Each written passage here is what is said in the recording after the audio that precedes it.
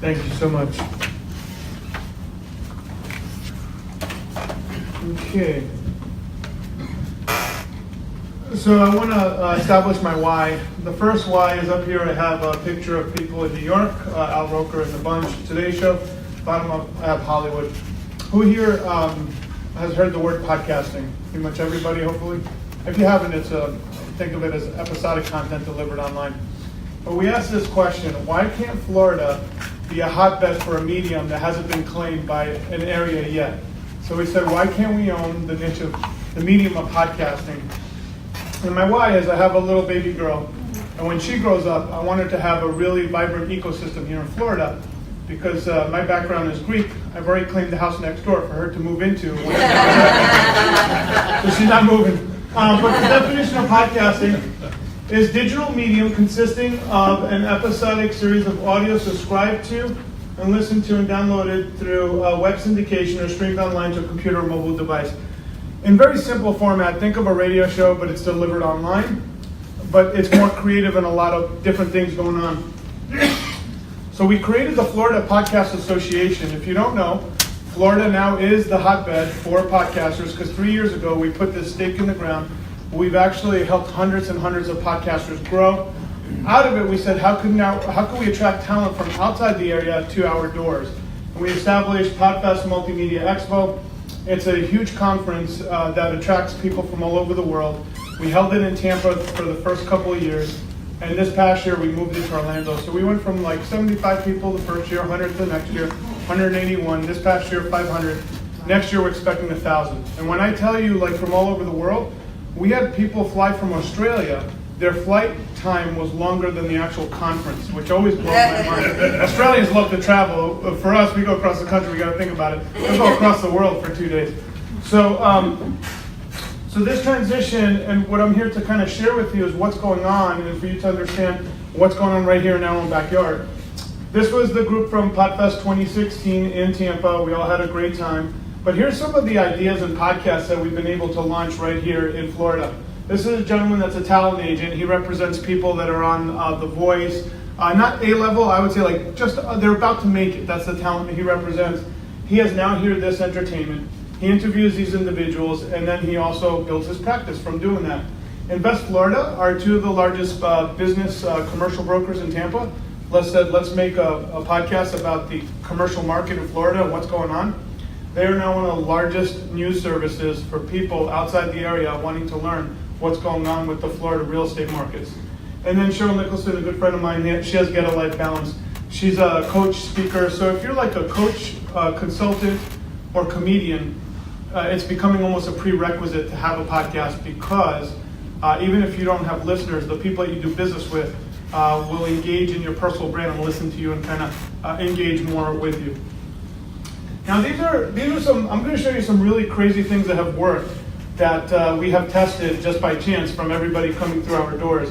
Our city planner in Tampa is about to retire in 2 or 3 years.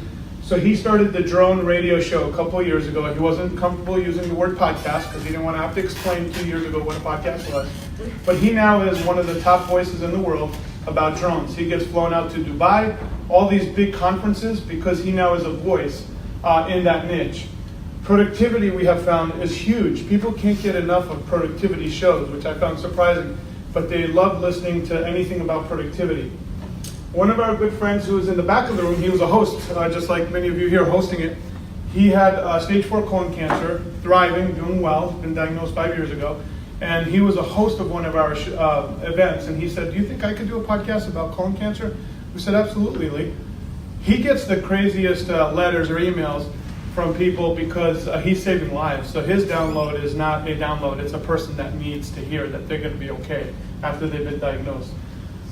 Sisters of Flow is one of my favorite ones. She went to the university right up here in Gainesville, and her tagline is Let's Cycle Together. She has Menstrual Mondays, Flow Fridays.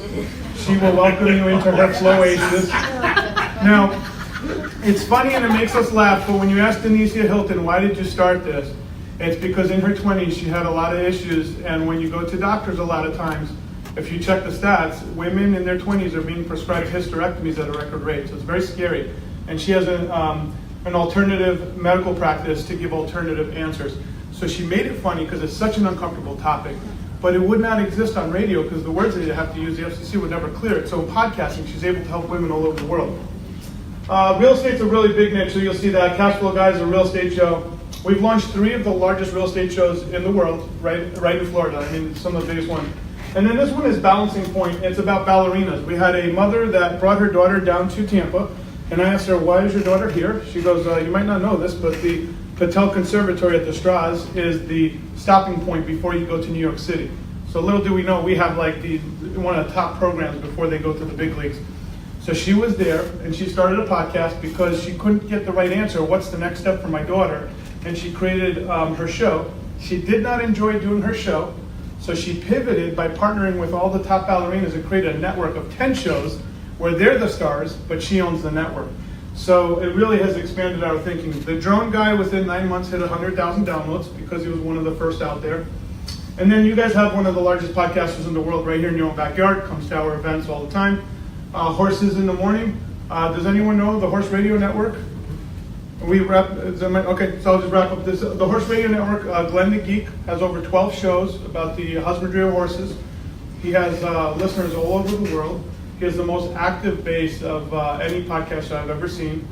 And he's one of our really great inspirations. He helps a lot of the beginning podcasters, but he's been doing it for now 8 years. And I think he's done over 6,000 shows. So pretty amazing stuff. And I'm gonna go towards the end. There's a lot of other podcasts and we could talk about them. But this is our group. We just had a meeting last night. I haven't slept because the energy, so it's like this group. We just all like bounce off each other, so we don't finish till about midnight. Even though the meeting finishes at 8, we all hang out till like late. Just the energy is infectious. And we set out to create a home for podcasters 3 years ago. I'm proud to tell you that Florida is the place for podcasters, and now we're building the awareness all throughout the state, so you know that we are where podcasting lives, and we own this medium as almost a state in geography. So thank you. Tom.